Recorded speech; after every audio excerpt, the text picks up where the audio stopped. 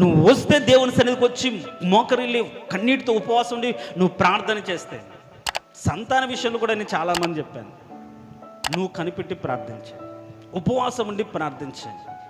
నమ్మకం ఉంది అనుకోవడం అది మభ్య పెట్టే మనస్తత్వం. ఎవరికి నమ్మకం లేదు? నమ్ముట నీ వలనైతే నమ్మువానికి సమస్తం సాధ్యమే అని వాక్యం ముందు నమ్మే, మరి నీ జీవితంలో ఎందుకు క్రియలు జరగలేదు? ఆ నమ్మకం దేవుని ఆశ్రయించి దేవుని చేత బలపరచబడి దేవుడి ద్వారా ఒక క్రియ జరిగించుకోగలిగిన స్థితిలో లేదని అర్థం. అంతే. నీ ఉన్న నమ్మకం నీ దేవుని ద్వారా నీ బ్రతుకులో ఒక క్రియ జరిగించేదిగా ఉండాలి. వీరు నమ్మారు, వీరికి చేయకపోతే బాగుండదు అనే స్థితిలోకి దేవుడు రావాలి. అంత బలంగా ఉండాలి. నమ్మారు షడ్రకు మేషకు అబేద్నెగోలు, ఒప్పుకోం, చచ్చినా చేస్తాం, విడిపించిన సమర్థుడు నమ్మకం ఉంది. అయ్యో బాబోయ్ ఇంతగా నమ్మారు, వెళ్దామని ఆయన కూడా అగ్నిగుండంలోకి వచ్చాడండి. దేవునికి స్తోత్రం, హల్లెలూయా.